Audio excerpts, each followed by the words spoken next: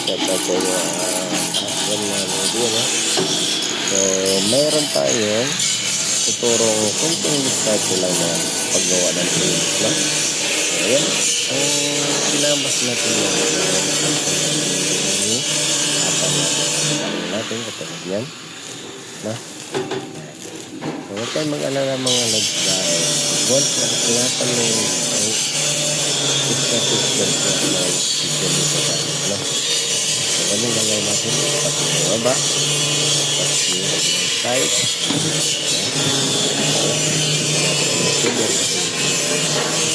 hindi siya nakabuka pa ulit. Pati yung kanto pa ulit.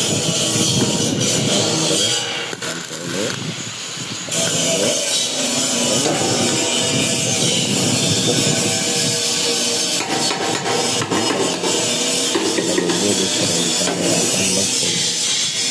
So, ganyan lang ang gagawin natin.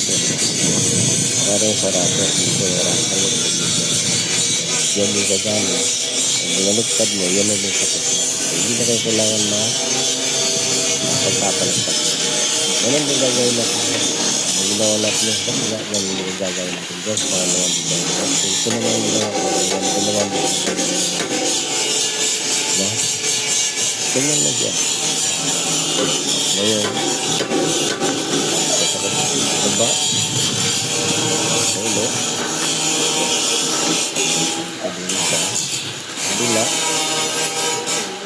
No? Ganun din ulo ang gagawin natin. No? Pilyaw. Ipil natin na natin. Ano?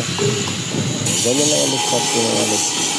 Mga baguhan pa dyan gumagawa ng mga unit design. Ang gagawin ng mga leg, no? Tuin yung dapat dyan, tuin din yung lalo para tinanggal yung mga legs nyo. Kasi natin na binaliktad nyo, yun ang pinakasakit nyo. Hindi na kayo kailangan magpapalagtat ba dyan, matarbaho ko yan. Ganyan lang mga legs nyo. Maraming salamat sa mga dyan. Ang patuloy na pagsipaw.